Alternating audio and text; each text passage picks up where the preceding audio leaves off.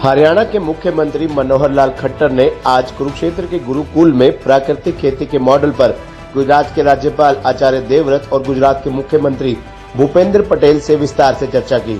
उन्होंने प्राकृतिक खेती के मॉडल को जन जन तक पहुंचाने के लिए ज्यादा से ज्यादा शोध करने और उसके विस्तार को लेकर बातचीत की। इस दौरान हरियाणा के बिजली मंत्री रंजीत सिंह, कृषि एवं किसान कल्याण मंत्री जयप्रकाश दलाल और गुजरात के कृषि मंत्री राघव पटेल भी मौजूद रहे।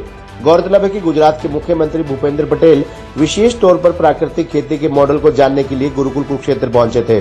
हरियाणा के मुख्यमंत्री मनोहर लाल खट्टर ने उनका गुरुकुल में पहुंचने पर पुष्प गुच्छ भेंट कर स्वागत किया। इसके बाद गुजरात के राज्यपाल, दोनों राज्यों के मुख्यमंत्रियों, हरियाणा के बिजली मंत्री, कृषि मंत्री, हरियाणा सरकार के कृषि एवं किसान कल्याण विभाग के अधिकारियों और गुजरात के अधिकारियों के साथ प्राकृतिक खेती पर गहन मंथन किया। इसके बाद गुरुकुल के प्राकृतिक कृषि फार्म का दौरा कर वहां उगाई जा रही प्राकृतिक फसलों का भी बारीकी से अवलोकन किया। गौरतलब है कि प्राकृतिक खेती वर्तमान समय की जरूरत है। देश और विदेश में इस खेती की तरफ किसानों और उपभोक्ताओं का रुझान बढ़ रहा है। ये खेती न केवल किसानों के लिए लाभदायक है, बल्कि इससे पैदा होने वाले कृषि उत्पाद उपभोक्ता के स्वास्थ्य के लिए भी फायदेमंद है। उन्होंने कहा कि क्योंकि वक्त भी आ गया है कि आहार शुद्ध हो, सत्वा शुद्धि अर्थात शुद्ध आहार से अंतःकरण की शुद्धि होती है। हरियाणा सरकार प्राकृतिक खेती को बढ़ाने के लिए लगातार प्रयास कर रही है। इस खेती को बढ़ावा देने के लिए सरकार की तरफ से गाय खरीदने पर 25,000 रुपए की राशि बतौर सब्सिडी दी जा रही है। गुजरात के राज्यपाल आचार्य देवव्रत ने कहा कि आज खेती में रासायनिक खाद व कीटनाशक का प्रयोग ज्यादा हो रहा है। इससे जमीन की उपजाऊ शक्ति कम हो रही है। आज हमें प्राकृतिक खेती अपनाने की जरूरत है। इससे किसान की लागत भी शून्य हो जाएगी और पानी का संरक्षण भी होगा। देशी गाय पर आधारित प्राकृतिक खेती से गाय का भी संरक्षण होगा। इससे पर्यावरण संरक्षण होता है और इससे बना भोजन शुद्ध होता है। किसान की आय बढ़ती है। उन्होंने कहा कि भारत के प्रधानमंत्री नरेंद्र मोदी का संकल्प है कि भारत का किसान समृद्ध हो और खुशहाल हो, इसलिए हमें प्राकृतिक खेती को बढ़ावा देने की जरूरत है। वहीं हरियाणा के कृषि एवं किसान कल्याण मंत्री जेपी दलाल ने कहा कि हरियाणा और गुजरात ने मिलकर प्राकृतिक खेती अपनाने के लिए जो आदान प्रदान किया है, इसे अभियान के रूप में अपनाकर प्रदेश भर में जन आंदोलन का रूप दिया जाएगा।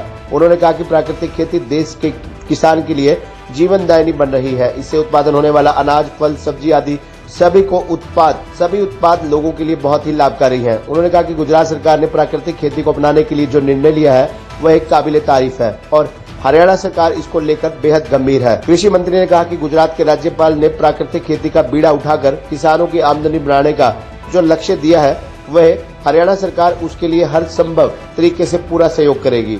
मुख्यमंत्री श्री भूपेंद्र भाई पटेल जी, वहाँ के कृषि मंत्री श्री राघव पटेल जी और अन्य उच्च अधिकारी कृषि यहाँ पधारे। इसी के साथ हरियाणा प्रदेश के मुख्यमंत्री माननीय मनोहर लाल जी और प्रदेश के कृषि मंत्री माननीय श्री जेपी दलाल जी और हरियाणा के बिजली एवं जेल मंत्री चौधरी रणजीत सिंह जी हमारे बीच में उपस्थित हुए और अनेक साइंटिस्ट और कृषि वैज्ञानिक वीसी प्राकृतिक खेती को देखने के लिए यहाँ खेत में पधारे और सबने अनुभव किया है कि प्राकृतिक खेती में रासायनिक खेती से उत्पादन कम नहीं होता, ज़्यादा ही होता है।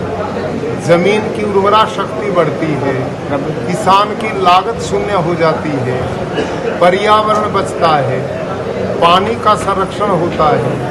ये देसी गाय पर आधारित होने के कारण गाय का संरक्षण होता है और इसका आहार लेकर लोग स्वस्थ बनते हैं, किसान की आय बढ़ जाती है। भारत के यशस्वी प्रधानमंत्री श्रीमान नरेंद्र मोदी जी का संकल्प कि भारत का किसान समृद्ध हो।